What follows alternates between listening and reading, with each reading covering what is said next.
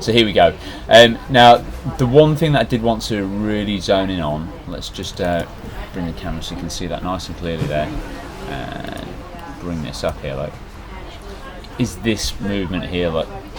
So it almost looks, and it happens on both sides, but I actually reckon it's a little bit more on the right side than the left.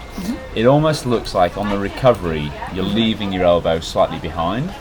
So if I just show you what I mean by that, I'll bring in two swimmers here side by side, and we'll zoom right the way in. I showed you Becky last time, Yep. but I don't believe I would have shown you Anna Karin. No. So she's one of our coaches from over in Sweden, and if we zoom, oops, so that's that point, sorry, zoom in on all three of you. I'm just going to look at how the shoulder actually articulates or rotates over the top of the water. So just get Rebecca in the water here. Here we go. Now she appears to lead the recovery with the elbow. So it's the hand that's following the elbow. In your case, it almost looks like the hand is leading the elbow on the recovery, and it happens on both sides. See what I mean by that there? Yep. So it's almost like this elbow is actually getting left behind a little bit. Now you could argue and say, well, over the top of the water, is that really a big factor? Because obviously you're not doing anything over the top of the water that's propelling you forwards. But I was just feeling like it just, again, talking about tension and tone and stuff, it looked like it was just a little bit fatiguing in the shoulder. Now this lady here, Anna Karin, swims with, I'll just zoom it out slightly, she swims with quite a different style of stroke. So you and Rebecca both swim the sort of classic high elbow recovery. I'd classify you both as smooths. Anna Karin went to the 1988 Olympic Games and would have looked identical, or somewhere between the two of you she would have looked basically in 1988. She was actually a breaststroker though. But she's modified her stroke in the last couple of years because she's now doing more open water swimming and longer distance swims. And she's got a sort of much higher, straighter arm recovery. Somebody like Alison, for example, would have a recovery a little bit more like this.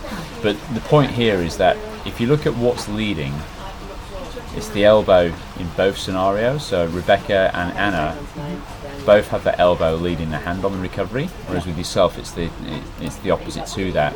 So one of the best ways to sort of highlight and feel this is to get you to, after we've finished here, we'll actually go and lay down on the grass, and I'll get you to lay flat on the ground.